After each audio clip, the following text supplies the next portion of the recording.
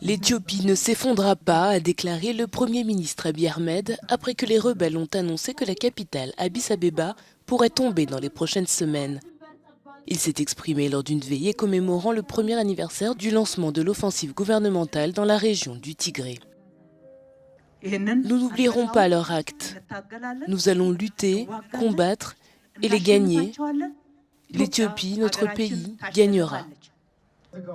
Mercredi, le Premier ministre Abiy Ahmed a exhorté les citoyens à soutenir l'effort de guerre et a accusé les rebelles de vouloir transformer l'Éthiopie en Libye et en Syrie, alors que des habitants inquiets de la capitale ont exprimé leur soutien aux mesures du gouvernement.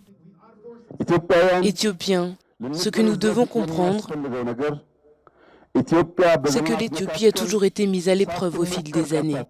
Lorsque de nombreuses forces de l'intérieur et de l'extérieur la testaient pour la diviser, la détruire et l'appauvrir. Mardi, l'Éthiopie a déclaré l'état d'urgence dans tout le pays, ce qui permet notamment aux autorités de procéder à la conscription de tout citoyen en âge d'être militaire et possédant des armes. Il a ordonné aux habitants d'Addis Abeba de se préparer à défendre leur quartier et a également appelé tous les citoyens à s'unir contre les forces tigréennes.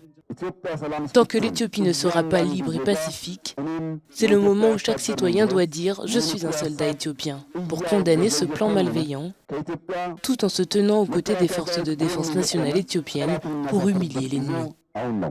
Le Front populaire de libération du Tigré, qui combat le gouvernement du Premier ministre Abiy Ahmed depuis un an, a revendiqué d'importants gains territoriaux ces derniers jours avec son allié, l'armée de libération de l'Oromo.